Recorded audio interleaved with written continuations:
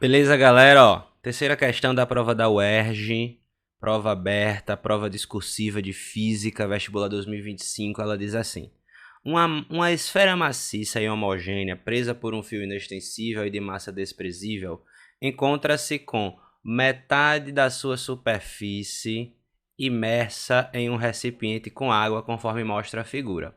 Além disso, o fio é inextensível, quer dizer que ele não vai ter nenhuma deformação, não vai ter força elástica envolvida aí, né? Não vai ter elasticidade. E a massa dele é desprezível, ou seja, ele não vai pesar sobre esse conjunto. Aí ele diz: considere as seguintes informações. Ele deu a massa da esfera, deu o volume da esfera e deu a densidade da água. Determine, é o comando da questão, a intensidade da força de tensão no fio.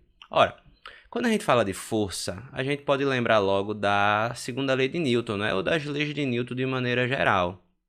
A segunda lei de Newton diz o seguinte, que a força resultante é o produto da massa pela aceleração, o que a aceleração de um corpo é diretamente proporcional à força resultante externa aplicada ao corpo e inversamente proporcional à massa. Só que nesse caso, a esfera está parada, então ele não tem aceleração. Quer dizer que a força resultante externa aplicada a essa esfera é igual a zero. Mas quais são essas forças?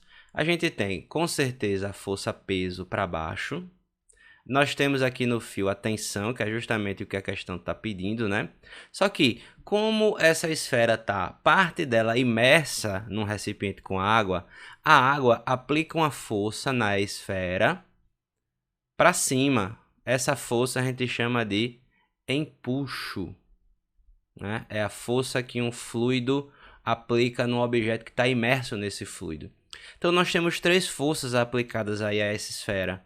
E quando eu for calcular a soma dessas três forças, isso vai dar fatalmente igual a zero. De modo que o empuxo para cima mais a tração que também está para cima menos o peso para baixo vai dar zero. Por que o peso está negativo? Porque, veja, o empuxo e a tração têm sentidos diferentes quando eu comparo com o peso, né? O empuxo e tração aponta para cima, o peso aponta para baixo. O que é que me resta agora para calcular a tração? Sei que a tração vai ser o peso, passou para o lado de lá positivo, menos o empuxo que passou negativo. Eu preciso saber quem é o peso, então a gente vai precisar calcular o valor do peso, que é massa vezes a gravidade.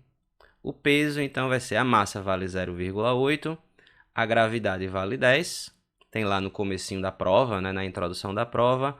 O peso, então, é 0,8 vezes 10, vai dar 8 newtons. Então, aqui eu já vou colocar tração é igual a 8.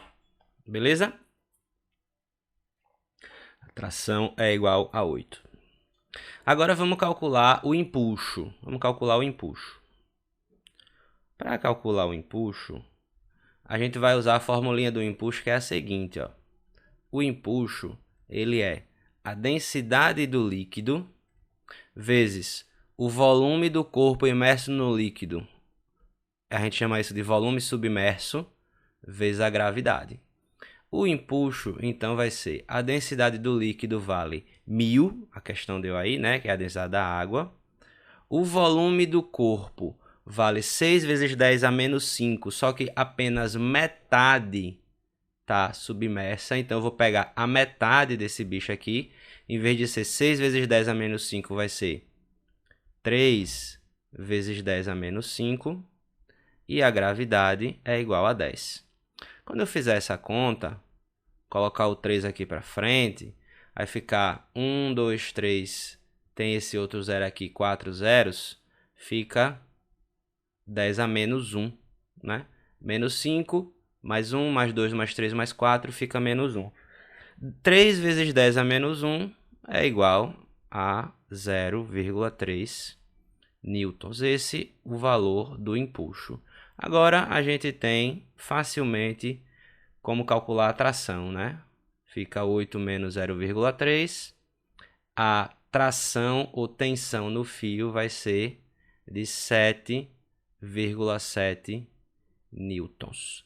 Questãozinha que envolve tanto as leis de Newton quanto a hidrostática, né? A gente precisa saber tanto as leis de Newton, quais são as condições para manter um corpo em repouso, e conceitos de hidrostática, nesse caso, a força que um fluido, neste caso a água, está aplicando em um corpo submerso neste fluido.